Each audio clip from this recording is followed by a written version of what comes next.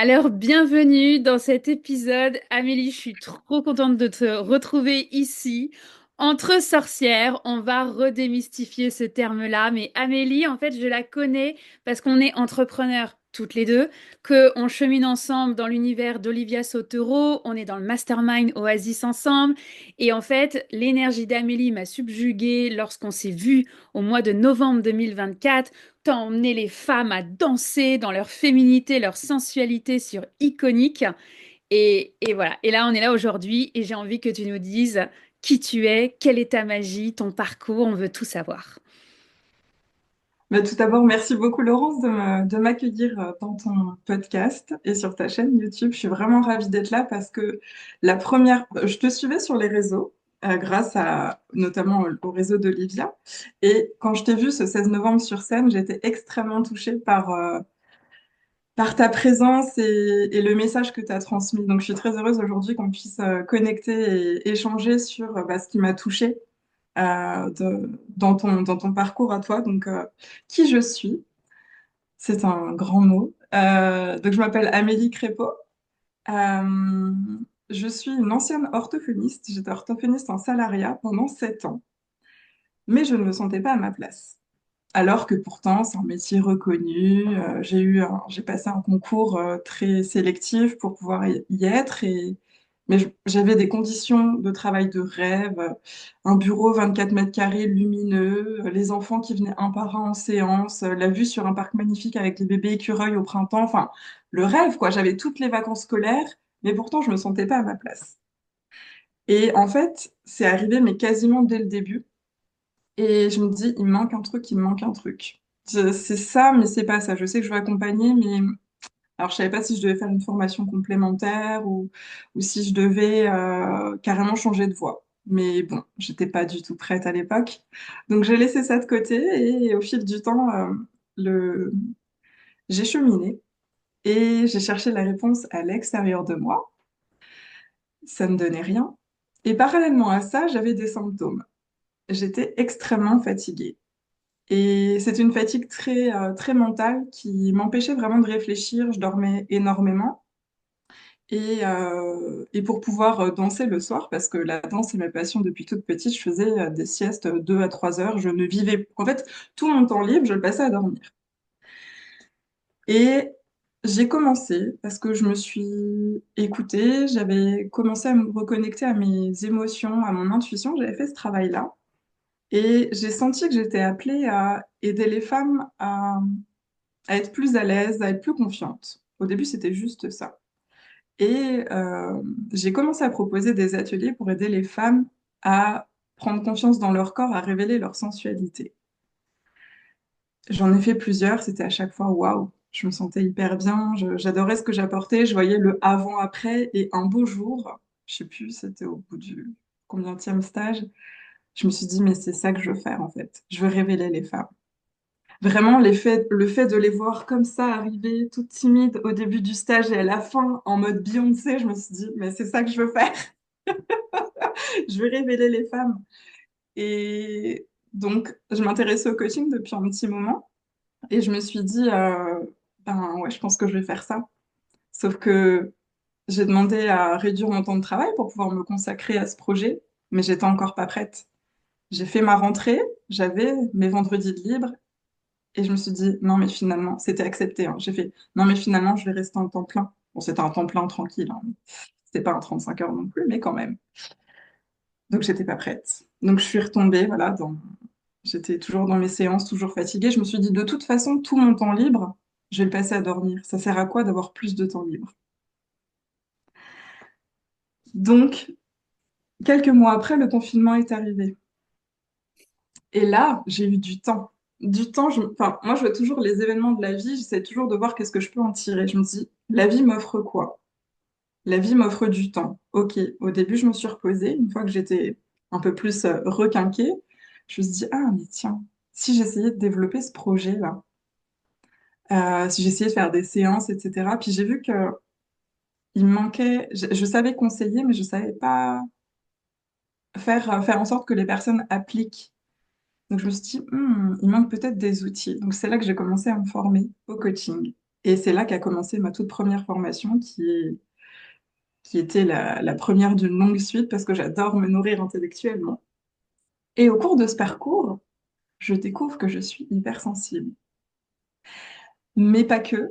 Je découvre aussi que j'ai un fonctionnement atypique. Alors, je suis pas diagnostiquée au potentiel, mais en tout cas, quand j'ai suivi un congrès, le congrès Douance de Nathalie Alstein, je sais pas si tu connais, elle parle de l'hypersensibilité et du haut potentiel. Il y avait plein d'intervenants, et là, c'était la révélation. J'ai fait, oh, elle parle de moi, elle parle de moi. Mais je comprends pourquoi je me sens différente, pourquoi je voyais que je pensais pas comme mes collègues, je voyais que en fait, ce sentiment de me sentir différente, j'ai compris d'où il venait.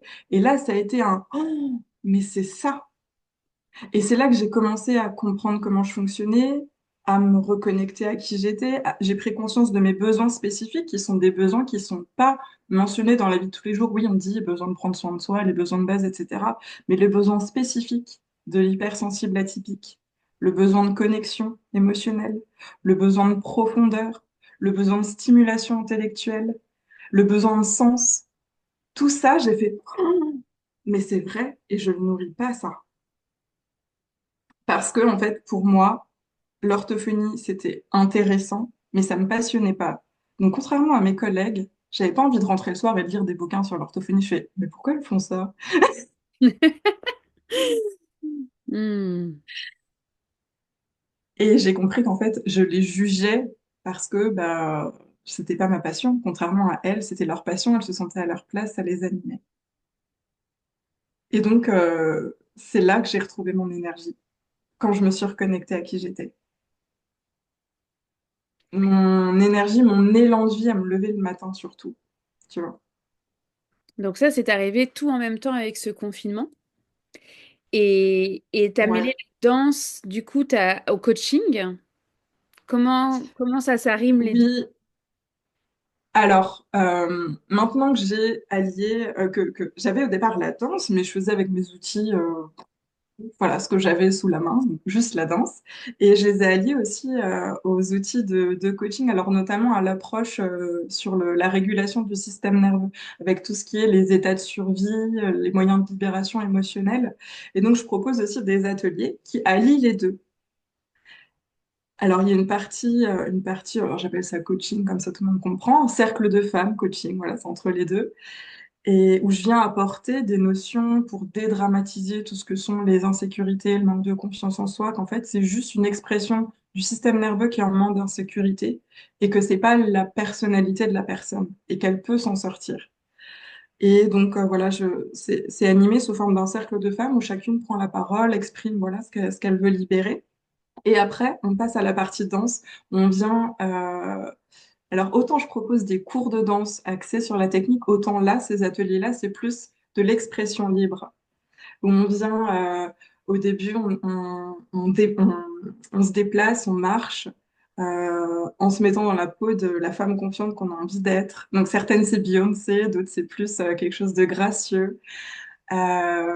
Ensuite, on va voyager en fait sur différentes musiques.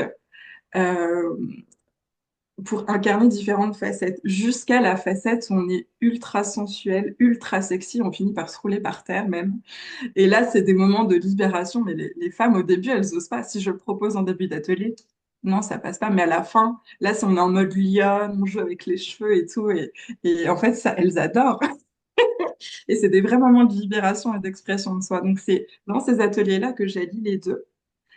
Et dans ce que je propose plus en distanciel, depuis l'été dernier, je propose du groupe, et c'est un premier programme qui permet justement, c'est la première étape que j'ai faite moi, c'est me reconnecter à mon corps, à mes émotions, à mon essence, à mon intuition.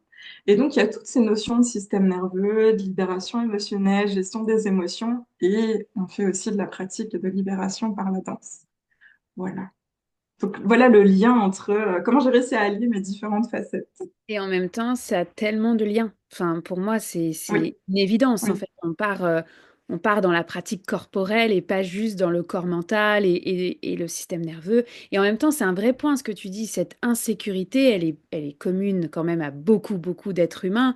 Et quand tu dis, Mm. bah, en fait, ça n'a rien à voir avec ta personnalité, tu peux t'en sortir, c'est une phrase qui me touche Ouais. parce que souvent, ce qu'on peut voir, c'est des personnes qui vont être sclérosées finalement dans cette peur-là. Et c'est justement cette clé qui va permettre de dire comment je sors de la peur pour en fait Mm. marcher une vie que j'ai envie de vivre finalement et s'autoriser à vivre en fait tout simplement. Mm. Donc finalement, tu as eu une sorte de wake-up call à cette fameuse conférence, une sorte d'éveil. Cette conférence, tu parles de... La conférence où tu as dit, ah mais oui, en fait, je suis hypersensible, tu vois, d'avoir Oui, mis oui, oui, oui, oui, oui, l'étiquette. oui. Ouais, Finalement, l'étiquette, ouais. elle t'a réconcilié avec qui tu Oui. es pour ensuite bah, faire ton propre chemin.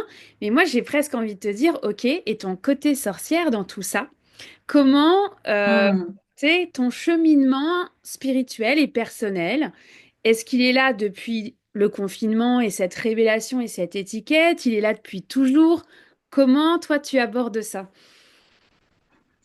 Alors, alors, déjà, juste commence pour les personnes qui connaîtraient pas ce terme et ce que tu mets derrière. Moi, au départ, quand je t'ai vu sur les réseaux, que j'ai vu que tu parlais de sorcière, je me suis dit, tiens, qu'est-ce que c'est? Ça me parle pas.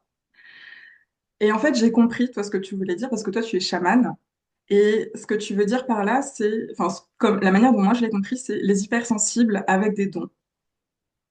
Et c'est ça, en fait, que, si tu me corriges, hein, si c'est bien ça, ou si tu veux préciser, ce que tu appelles les sorcières et les sorciers, c'est les hypersensibles qui ont des dons. Et On va ouais, juste vas-y, préciser, pour moi, en fait, vas-y. c'est exactement ce que tu dis.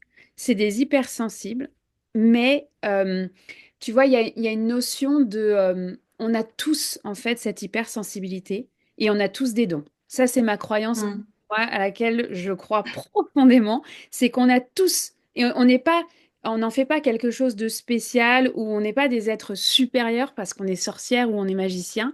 C'est pas du tout mon point. C'est plutôt de dire, mais embrasse ces ressentis que tu as, ces dons, on peut mettre le mot don derrière le mot ressenti, et après, en fait, ça vient nourrir ton chemin de vie personnel, spirituel, et après, il y en a certains qui vont voir l'incorporer dans leur pratique professionnelle, mais pas tous, parce que la spiritualité, c'est avant tout une affaire privée.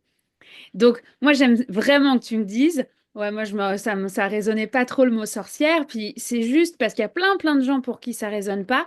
Et quel est le chemin que tu as fait depuis pour jusqu'à venir finalement et là être entre ouais. sorcières ensemble dans ce podcast? Hmm. Alors, ça a commencé après avoir rompu une relation toxique. J'ai eu envie de commencer à voilà, comprendre ce qui s'était passé. J'ai eu envie, j'ai commencé à m'intéresser à. Je suivais des coachs sur les réseaux sociaux, sur YouTube notamment à l'époque. Et parallèlement à ça, j'ai eu envie de me connecter à mon intuition. Parce que pour moi, c'est un moyen d'obtenir les bonnes réponses pour moi. Et j'y avais été sensibilisée dans mon enfance. Mais j'avais aussi eu une éducation où on devait être coupé de nos émotions parce que les émotions, c'était pour les faibles. Hmm.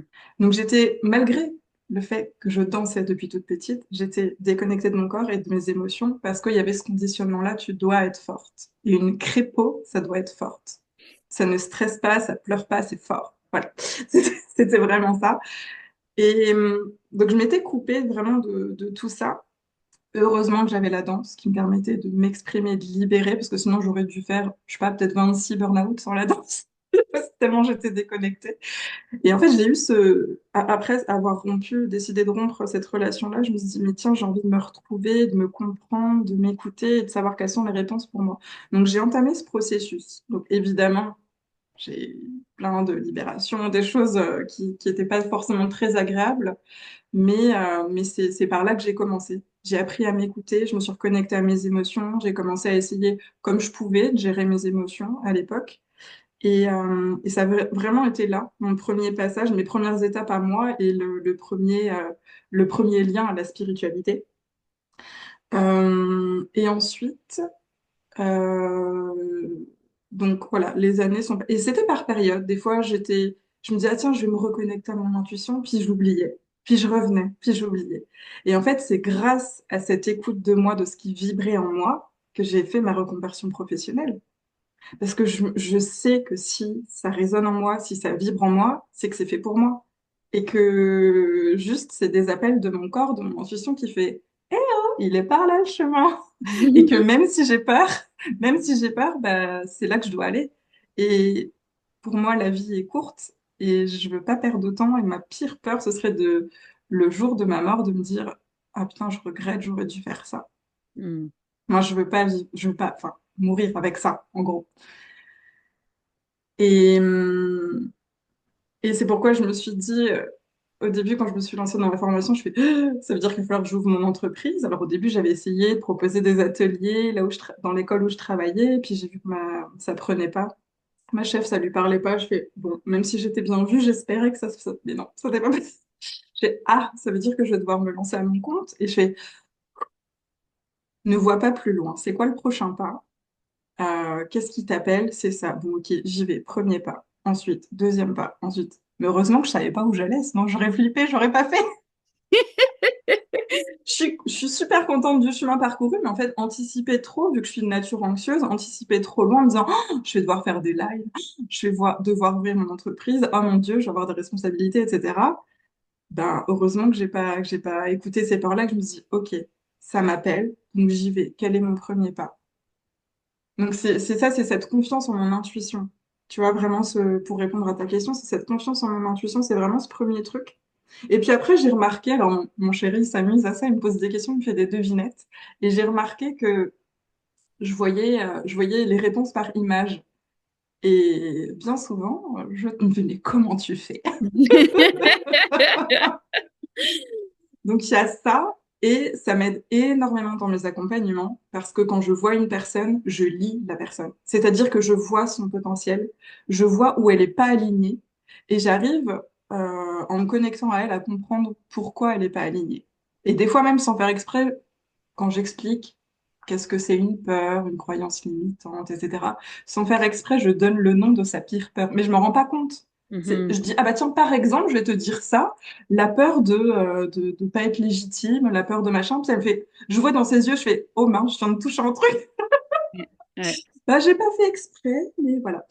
Donc, là où ça m'aide en tant qu'accompagnante, c'est que je vois la personne et ça fait gagner du temps, un temps fou. Parce que je vois sa version alignée, je vois là où ça bloque, là où elle se ment à elle-même, là où elle ose pas, et assez rapidement, j'arrive à donner à la personne en fait ce qu'elle attend de moi dans l'accompagnement. Et c'est pourquoi moi, mon message, et c'est le mouvement que j'ai lancé, c'est tu es né pour rayonner. T'es pas né pour vivre à moitié ou te suradapter, t'es né pour rayonner. Donc, rayonner, c'est être aligné déjà, libérer ses blocages, et là, tu peux être épanoui et rayonner. C'est pas rayonner pour le plaisir de l'ego, mais c'est rayonner parce qu'en étant toi, tu te sens tellement relié à toi, tellement bien avec toi-même, que ça rayonne et que ça impacte autour de toi. Et je sais que les personnes qui me connaissent depuis peu me disent, enfin, voient cette facette-là où je rayonne, etc. Mais celles qui m'ont connue il y a 10 ans, elles voient le changement. Parce qu'avant, dans le milieu de la danse, parce que je faisais de la danse de couple latino, enfin, je donne des cours aussi de bachata avec mon chéri. Et quand j'étais dans ces soirées-là où on allait pratiquer la danse, on me disait, ah, mais finalement, quand on fait connaissance avec toi, t'es sympa. Et je me dis, au bout, t'as une personne qui dit ça, deux personnes qui disent ça, tu me dis, putain, je dégage quoi en fait? Et j'ai compris que j'étais super froide, je montrais rien. Je dansais, ah, elle danse bien, mais elle est froide. C'était ça. Waouh. Ouais. Donc c'est tout un cheminement en fait personnel et qui, enfin tu vois, ce rayonnement quand tu dis on n'est pas venu en fait pour s'emmerder. Enfin moi ça c'est un leitmotiv et puis je suis vraiment comme toi sur la rage de vivre en fait, tu vois, d'avoir Mhm. aucun regret dans son cercueil. Et en même temps je pense à tous ces hypersensibles qui se voient ou qui se voient pas encore comme hypersensibles ou qui se voient ou qui se voient pas encore comme sorcières ou magiciens. Euh, Qu'est-ce que tu leur dirais pour sortir justement tu sais, de cette étape où finalement tout est compliqué, que ils sont peut-être dans un burn-out, dans des douleurs physiques, tu vois, tu vois, ce nouveau souffle à la vie, quoi. Comment, Mm, mm, tu sais, je me mets à la place de ces personnes-là et des fois je me dis, bah oui, enfin moi, tu vois, c'était un wake-up call, enfin les deuils ont toujours été des tremplins, mais c'est bon d'entendre plusieurs personnes sur ces sujets-là parce qu'on est dans une société où aussi on nous dit, il faut que tu aies un 9 à 5, un travail en CDI, contrat permanent, mm, mm, etc. Et mm, que, mine de rien, t'as un orthophoniste en France, c'est très compliqué, hein, juste c'est 30 mm. places, je crois, avec 6000 candidats, je sais pas quoi, là. Enfin, c'est quand même, tu avais atteint un certain niveau, reconnu, on va dire, par les normes de la société, et tu as réussi Oui. à sortir de là et de rayonner finalement cette beauté, cette sensualité, cette féminité, et c'est en fait tout simplement cette vie à ta propre image. Mm. Donc, qu'est-ce que tu Exactement. dirais à ces Ouais. gens-là? Bah, quand on fait un burn-out ou quand on est épuisé, une fois qu'on a vu qu'on n'avait pas de problème de santé, parce que c'était mon cas, une fois qu'on s'est reposé, parce qu'on n'a pas besoin de se reposer 10 ans, hein, on se repose, on prend une semaine ou deux, et si ça va toujours pas, eh ben, l'idée, ça va être déjà de se mettre en mouvement. De Hmm. se mettre en mouvement, alors ça peut être la danse, aller marcher, sortir. Le fait de remettre le corps en mouvement, eh bien, ça va déjà relancer la machine, relancer l'énergie. Et ensuite, essayer de voir qu'est-ce qui me met en joie, qu'est-ce qui m'anime, qu'est-ce qui me fait vibrer, qu'est-ce que je fais et quand je le fais, je vois pas le temps passer tellement j'aime ça. Et tellement j'aime ça, je pourrais même payer pour le faire. Ben, tu sais quoi, il y a peut-être des gens qui pourraient te payer pour le faire. Hmm. Mais tu vois, c'est tellement tu sais, je pense à ces personnes, encore une fois, tu vois, qui sont pas du tout dans la joie, tu vois. Donc, justement, de s'autoriser, en fait. Il y a vraiment cet enjeu de s'autoriser à ressentir, finalement, ce Mm, mouvement, ressentir cette joie qui après te permet de driver, de créer cette vie ou dans laquelle tu vas t'éclater.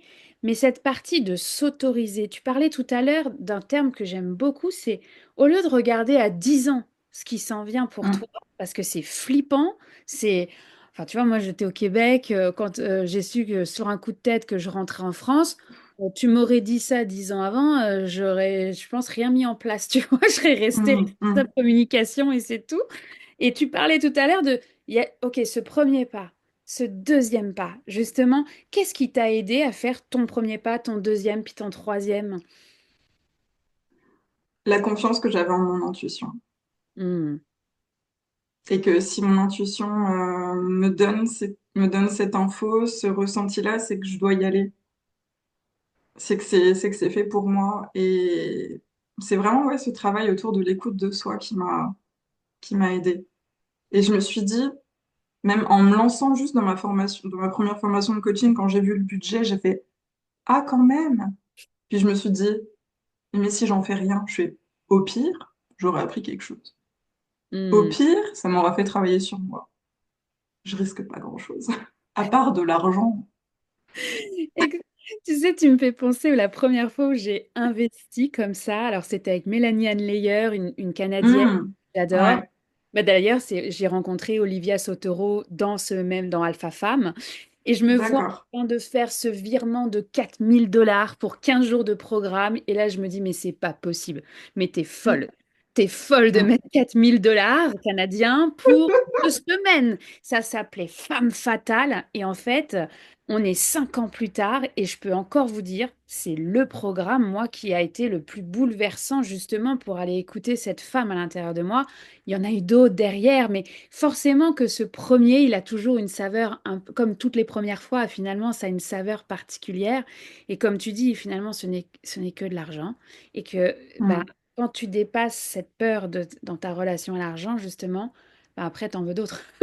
Enfin, soyons Oui, clairs. oui, ouais, ouais. Parce qu'on nourrit, oui, intellectuellement, on nourrit notre cœur, mais d'ailleurs, tu vois, puis on nourrit cette intuition dont tu parles. J'aimerais ça qu'on prenne le temps de la définir, cette intuition. Toi, tu la ressens comment? Est-ce qu'il y a un endroit dans ton Mm. corps en particulier? C'est une petite voix que tu entends? Comment ça se manifeste pour toi? C'est un ressenti, quand je pense à la chose en question, c'est un ressenti comme une ouverture Et donc il y a ça. Et il y a une deuxième chose, c'est les frissons dans le corps. Pour moi, ça passe par là. Quand tu as un frisson, tu sais que tu es au bon endroit. C'est que c'est oui. C'est que c'est oui. J'ai déjà dû prendre des décisions et je l'ai fait par ça. Des trucs, je me dis, ah bon?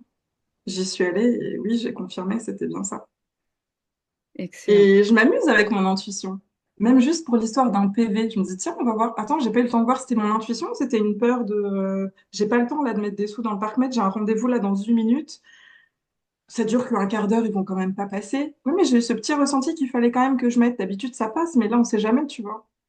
Et je me suis dit, bon, au pire, ce sera juste un PV et j'aurai la vérification que c'était bien mon intuition. Je ressors du rendez-vous, PV, je fais, c'était bien mon intuition. Mais à partir du moment où tu demandes des confirmations de ton intuition, tu vas les recevoir. Alors parfois sous la forme de PV. Moi, tu sais, tu parles de PV, puis c'est très drôle parce que à chaque fois que j'ai eu, alors j'en ai pas eu souvent, on s'entend, je conduis prudemment, mais quand j'ai reçu un PV parce que j'avais un dépassement de vitesse, je me disais, OK, la bélier qui est en moi, elle va ralentir, puis elle va observer où est-ce qu'elle est allée trop vite, en fait. Tu vois. Donc, même à travers des petites choses enfin, insignifiantes, finalement, tu te rends compte qu'il y a du sens partout et que le hasard n'existe Hum, pas, finalement. hum. Donc, je trouve ça intéressant. L'ouverture dont tu parles, c'est au niveau du cœur? Ouais, cœur plexus. Et ça m'a fait la même chose. Tu vois, on parlait de l'immersion du 16 novembre avec Olivia Victoria Sotoro. Ce week-end-là, normalement, parce que je donne des cours de bachata avec mon chéri, j'étais à l'affiche d'un événement, un week-end 100% bachata. Et j'y donnais un cours et je participais parce que c'est mon association qui organise, enfin mon association, l'association dans laquelle je donne des cours, qui organisait ça. Donc je devais être là. Et quand Olivia a commencé à parler de l'événement, de la date, j'étais là. J'ai envie, mais je peux pas. J'ai envie, mais je peux pas. Et puis en fait, plus le temps passait, plus je sentais cette ouverture à ah, j'ai envie d'y aller, mais et puis de plus en plus de colère à mais je suis obligée d'aller là-bas. Alors que Hmm. pourtant j'aime, c'est une autre passion, mais je sentais que ma place, elle devait être à cette immersion-là. Et finalement, je me suis décidée. Olivia m'a contactée. Elle était persuadée que j'avais pris ma place. Elle m'a contactée pour proposer une animation de danse, justement, avec les filles du club iconique. Et je me suis dit, ouais, bah, ça confirme que je dois y aller. Quand j'ai vu son message, j'étais, ah, c'est là Ouais. que je veux aller! Et là, mon plexus, mon cœur s'est ouvert encore plus. Et je me dis, bon, bah, c'est un truc de fou. Je suis jamais partie, j'ai jamais pris la voiture parce que je suis à 4 heures de route. Ça va, hein, mais moi, la petite Amélie peureuse était là. Oh, prendre la voiture toute seule pendant 4 heures, aller dans un endroit que je connais pas, prendre un autre. Enfin, ça, c'était wouh. Je suis pas du tout voyageuse, moi. Hmm. Alors qu'en plus, mon côté petite fille sage, alors que normalement, je suis attendue là-haut. Il va falloir que j'annonce au président de l'association que je serai pas là, que j'annonce à mon chéri que je serai pas là, alors que je donne le cours avec lui normalement. J'étais là, c'est pas grave, c'est là que je dois aller, donc ça va bien se passer. Oui, mais ce que tu traduis est extrêmement précieux parce que c'est savoir dire non pour mieux dire Mm. oui à un endroit où ça nous Oui. appelle. Et ça, Mm. c'est le syndrome de bon élève.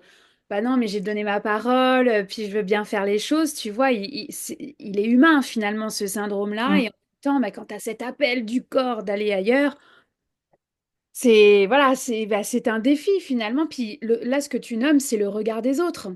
C'est qu'est-ce que va Mm. en penser le président de l'association, qu'est-ce que va en penser ton chéri. Et ça, c'est un truc qui freine tellement les sorcières et les magiciens.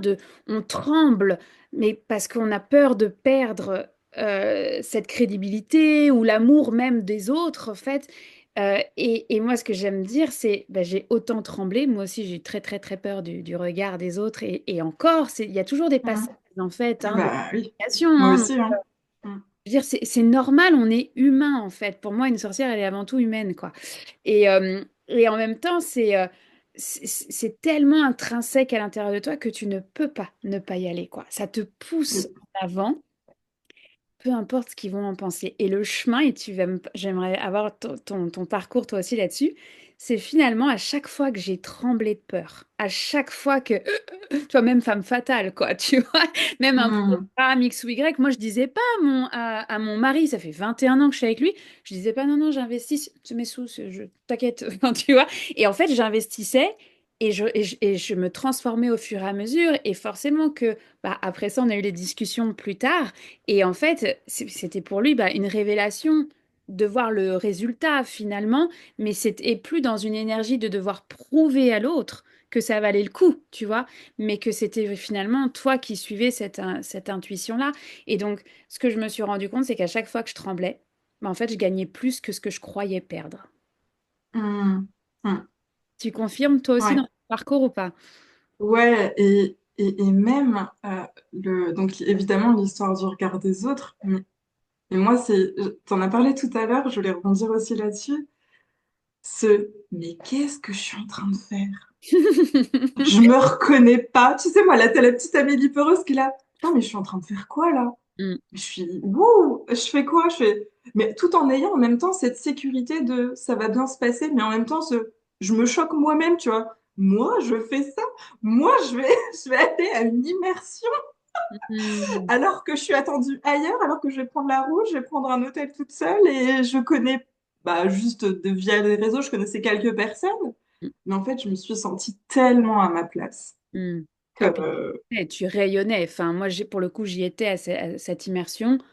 Enfin, tu vois, avec cette magnifique robe et de danser tout le monde sur Iconique de Madonna, hein, il me semble. oui. Hein. Mm. Mais tu sais que moi, c'est encore elle fait partie de ma playlist pour aller courir. Ce matin, rien que ce matin, je l'ai mis Ah! en voiture, tu vois. Et, en fait, elle vient activer quelque chose à l'intérieur Mm. de moi. Puis je vous invite tous, après avoir écouté cet épisode, d'aller danser sur Iconique de Madonna. Vous n'allez pas danser de la même manière. C'est pas Beyoncé, mais c'est Madonna pour moi. Donc du coup, c'est vraiment, enfin, t'as emmené une foule avec toi à s'autoriser, en fait, à rayonner. Mm, mm, mm, mm. C'est assez précieux. Et ça a été tellement guérisseur pour moi et ma relation aux femmes. Ah, veux-tu qu'on en parle? La, Ouais, oui, la parce qu'en plus, relation. t'es venu vers moi en me parlant surtout enfin, au début, de la danse. Tu voulais qu'on oriente le podcast sur la danse et ben, justement, on va en parler. Mon vécu avec la danse. Et alors, les femmes surtout. Donc, certes, la danse, ça m'a apporté des choses, ça m'a permis d'exprimer des choses, des émotions que je m'autorisais pas à exprimer autrement par rapport à mes conditionnements. Mais aussi, ça a été un milieu très toxique féminin parce que j'ai commencé au conservatoire régional, danse classique. Alors déjà, bon, il y avait l'exigence, mais il y avait aussi dès le début, on était mis en concurrence. Et t'avais des filles qui se tiraient dans les pattes, qui se volaient des trucs dans les vestiaires. Et j'ai vraiment été enfin, dans le côté toxique du milieu pendant une bonne partie de ma vie. Euh, et j'ai même été à un moment dans un groupe de danse orientale et c'est ma danse de cœur. Je l'aime encore plus que la bachata. Pourtant, je donne des cours de bachata. Mais en fait, on était dans un groupe, un, un groupe de femmes et il y en avait quelques-unes qui avaient commencé à me prendre en grippe. Et en fait, c'était toujours mettez trop ceci, mettez trop cela, mes machins, mes trucs. Et en fait, à chaque fois que j'étais avec les autres femmes, bah, j'éteignais ma lumière pour éviter de déranger, pour éviter de recevoir des critiques, pour éviter de créer un malaise en face. Et en fait, t'es trop un télo, t'es trop machin. Je sais pas, t'avais besoin d'être rassurée sur un truc. J'ai lu une étude hier qui justement prouve que, moi j'étais dans le but de rassurer la personne, de jamais me mettre en avant sur je suis un télo. Et en fait, c'était que des trucs comme ça. Mais tu te mets tout le temps devant. Mais ok, je me mets derrière. Mais personne veut se mettre devant, bah, je me mets devant, moi, ça m'embête pas d'être devant. C'était tout des trucs comme ça. Et, euh, et j'ai eu vraiment un... Ah, je peux pas m'autoriser à briller devant les femmes, en fait. Ça crée un malaise. Et même, si bien que, même encore pendant ma... Donc ça, c'était jusqu'à peut-être mes 28 ans, je crois encore. Et ouais, 28, 29 ans, c'est là que j'ai arrêté le groupe de danse orientale. Je vais en avoir 35 là en avril. Et, euh, et en fait, même à mes 28 30 ans, quand j'étais dans des soirées entre amis où je connaissais pas tout le monde, on a un ami qui invite énormément de personnes quand il fait des soirées. Et en fait, de voir qu'il y avait des filles qui m'appréciaient, je me disais, mais pourquoi elles m'aiment bien? Je comprends. Non, mais vraiment, ça me faisait un choc. Je dis, elles m'aiment bien? Mais pourquoi? Enfin, d'habitude, je suis habituée à ce qu'on me déteste. Mm. Ça- j'ai- Alors qu'il y avait des filles qui m'appréciaient, mais moi, j'étais focalisée sur celles qui ne m'aimaient pas. parce que bah, comme tout humain, on a besoin d'être aimé, etc., quoi. Et en fait, c'était vraiment guérisseur cette immersion, comme quoi j'ai vraiment bien fait d'y aller, outre par le côté entrepreneurial, créer du lien, avoir appris plein de choses, avoir été nourrie et avoir dépassé des peurs. Mais c'est vraiment, je me suis sentie tellement à ma place. J'ai vu qu'en fait, on était toutes invitées à être dans notre trou, à briller, en faire des caisses. Mais j'étais à fond, quoi. Mais vraiment. Mais pas que pendant que je dansais, j'étais à fond toute la journée, j'étais tellement dans mon élan. Mais tout de suite, en arrivant, j'ai senti l'énergie, je me dis, waouh! Et contrairement à quand on est plus jeune, insécure, on cherche des gens qu'on connaît, des copines pour pas être toute seule. Vu que je devais faire la chorégraphie, j'étais invitée à me mettre devant, donc je m'étais mise sur le premier rang.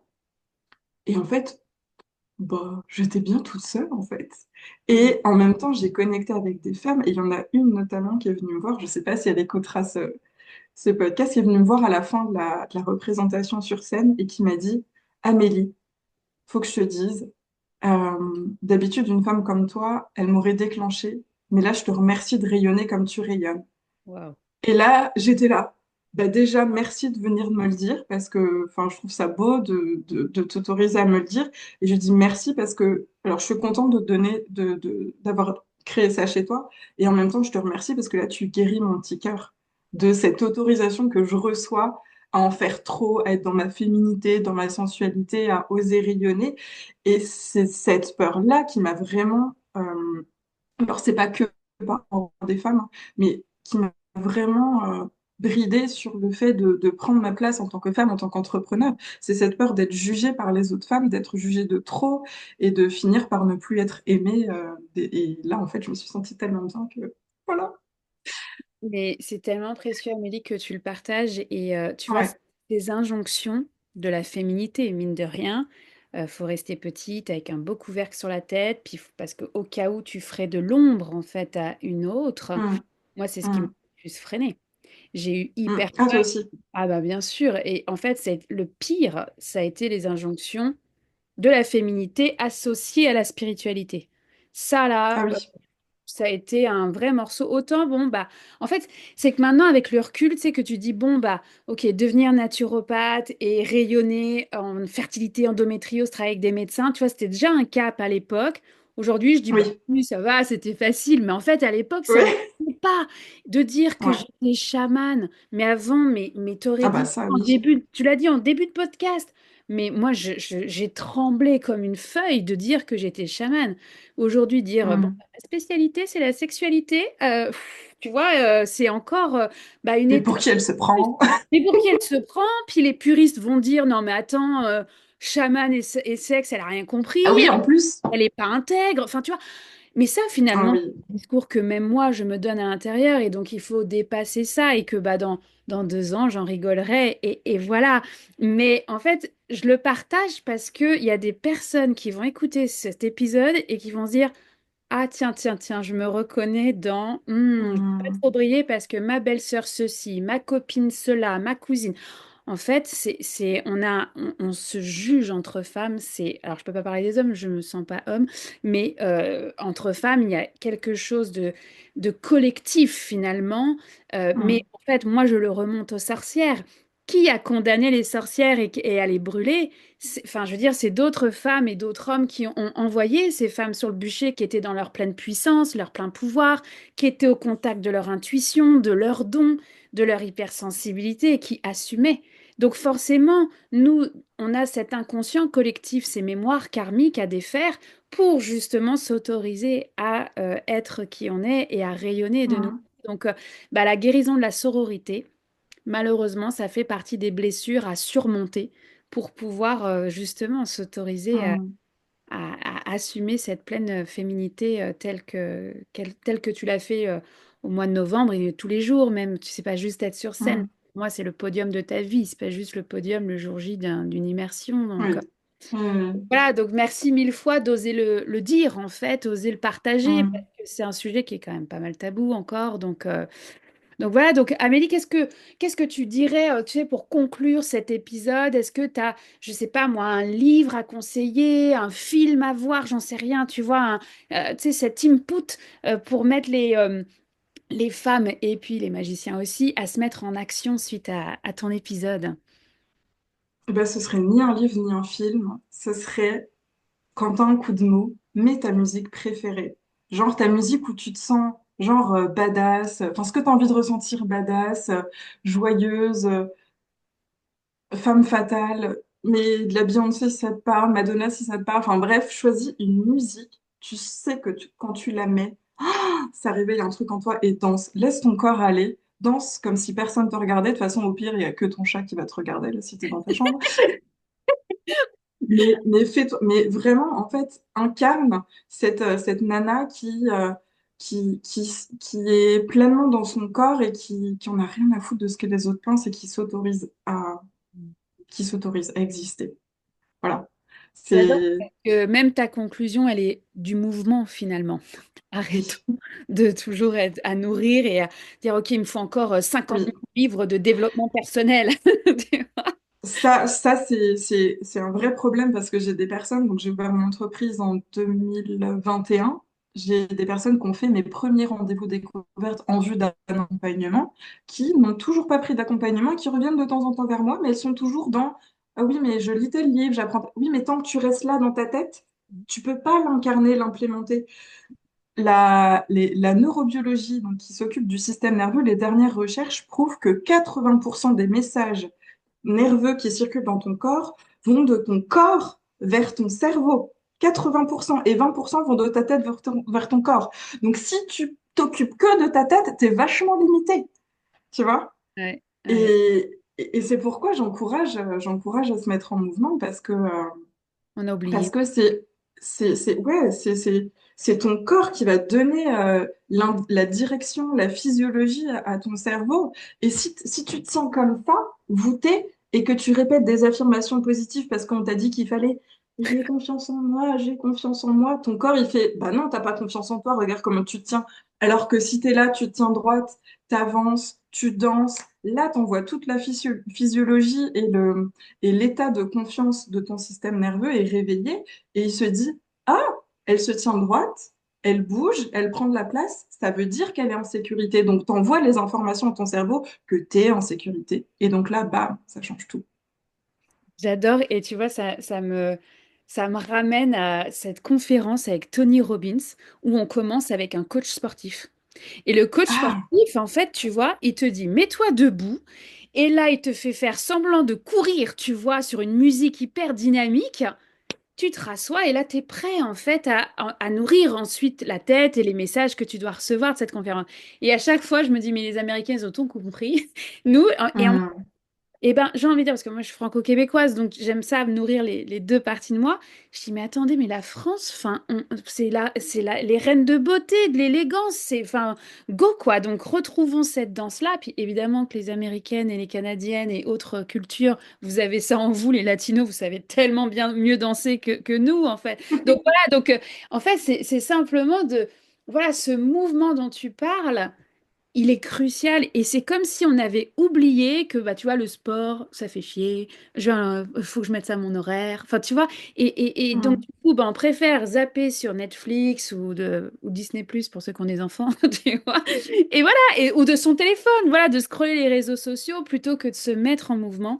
Donc merci infiniment de conclure en fait encore une fois là vous l'avez écouté ce podcast alors peut-être que vous étiez en train de courir, peut-être que vous étiez en train de conduire votre voiture. Mais si vous n'étiez pas en mouvement, ben on va conclure là-dessus, Amélie. On va se mettre en mouvement suite à ce podcast pour pouvoir justement ben, rayonner et ressentir finalement cette intuition et ce côté sorcière qu'il y a à l'intérieur de nous. Fait que merci mille fois. Oui, je t'en prie, c'était un plaisir d'échanger avec toi. Allez, à très bientôt.